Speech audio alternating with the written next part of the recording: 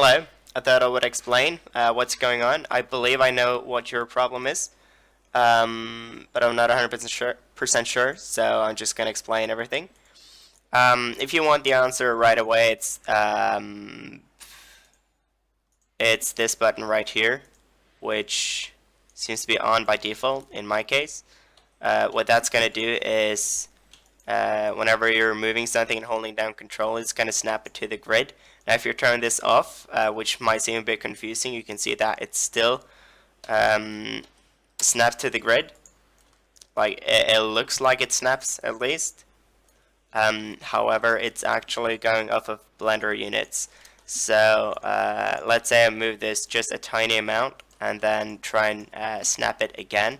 You can see that it doesn't snap to either grids. It snaps to one increment, which is equivalent to one Blender unit, and one Blender unit is also equivalent to one grid floor unit. So that's why it might seem a bit confusing. But if you turn this on, you can see that it's now going to snap to the grid floor and not Blender units. It's not going to use Blender units at all.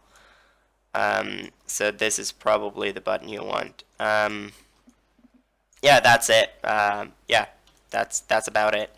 But I thought I would also just show you a nice tip. If you set this to active element, and you make your selection, and for instance select this last, you can also do S and then X and set it to 0 if you want to align something. So let's say I want to align this here. You can see that it's not on the grid floor, and Blender units, it is not going to work either. There are two ways to do it. One way is to make the selection and then select one in the location you want to snap it to and do S, X, and 0. Alternative way is setting this to vertex, which allows you to drag along the x-axis and hold down control in order to snap it to a vertex, as you can see here.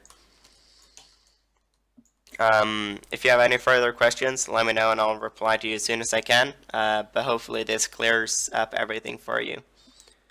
Also, you probably already knew this button here. It's basically, just in case you didn't know, you can see me now holding down control in order to snap. If I set this back to increments, you can see that it moves freely, and if I hold down control, it's going to snap. If I turn this on, it's going to snap by default, and if I hold down control, it's going to move freely. So just in case you didn't know, this thing basically just toggles whether or not it's free by default or if it's snapping by default, and holding down control is going to initiate the opposite of it. So yeah, see ya. Hopefully this clears up everything.